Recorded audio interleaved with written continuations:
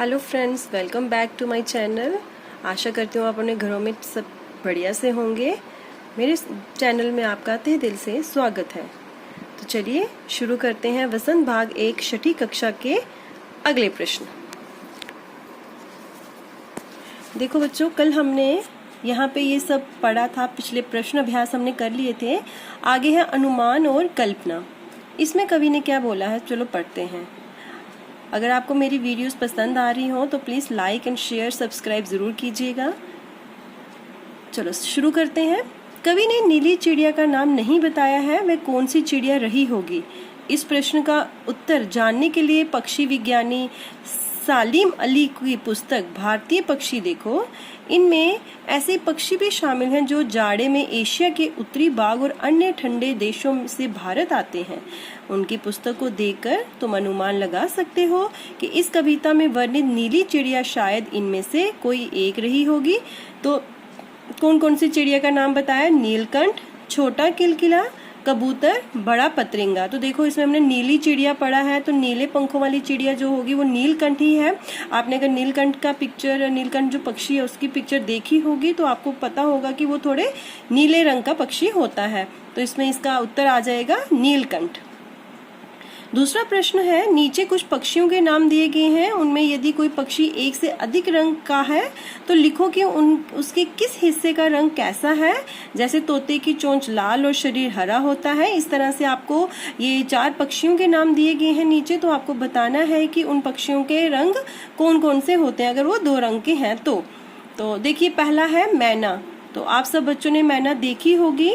तो मैना जो होती है उसका रंग काला होता है और उसकी चोंच पीली होती है।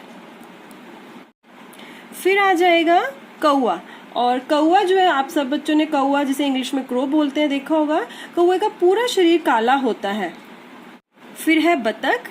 बतख आपने देखी होगी, अगर बतख सफेद रंग की होती है, इसकी चोंच और पांव पीले होते हैं। ये है कबूतर। कबूतर सफेद या धूसर रंग का होता है। तो आगे देखते हैं बच्चों, आगे बताया गया है कविता का हर बंद वह चिड़िया जो से शुरू होता है और मुझे बहुत प्यार है पर खत्म होता है। तुम भी इन पंक्तियों का प्रयोग करते हुए अपनी कल्पना से कविता में कुछ नए बंद जोड़ो। मतलब कि जिस तरह से ये कविता दी गई है, उन्होंने बताया कि शुरू किससे, वह चिड़िया जो, जैसे बताया गया ना, वह चिड़िया जो चोंच मार कर नदी चढ़ी, नदी का दिल टटोल कर जल का मोती ले जाती है, वह छोटी गर्बीली चिड़िया नीले पंखों वाली मैं हूँ, मुझे नदी से बहुत प्यार है। तो मुझे बहुत प्यार है पर खत्म हो जाता है। इसी तरह से आपको भी इन पंक्तियों में कुछ और अपने मन से कुछ ऐसी बन जोड़ो ताकि वो कविता पूरी बन सके। जिस तरह से वह चिड़िया जो फुदक फुदक कर नील गगन की सीमा पाने पंख पसारे उड़ जाती है, वह छोटी फुर्तीली चिड़िया नीले पंखों वाली मैं हूँ, मुझे गगन से बहुत प्यार है। वह चिड़िया जो रोज सवेरे नियत समय आंगन में तेरे तुम उठाने आ जाती है, तुझे उठाने आ जाती है, चूं चूं करती छोटी चिड़िया नीले पंखों वाली मैं हूँ, मुझे सुबह से बहुत प्यार है।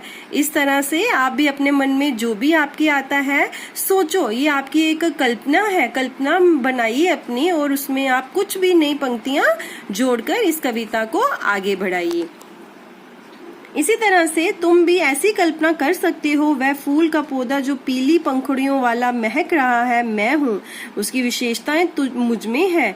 फूल के बदले वह कोई दूसरी चीज भी हो सकती है जिसकी विशेषताओं को गिनाते हुए तुम उसी चीज से अपनी समानता बता सकते हो। ऐसी कल्पना के आधार पर कुछ पंक्तियां लिखो। जिस तरह से वह फूल का पौधा जो हवा में झूलता आंगन में खड़ा मुस्कुरा रहा है, खुशबू अपनी फैला रहा है, वह पीली पंखुड़ियों वाला पौधा मैं हूँ, मुझे हवा से बहुत प्यार है।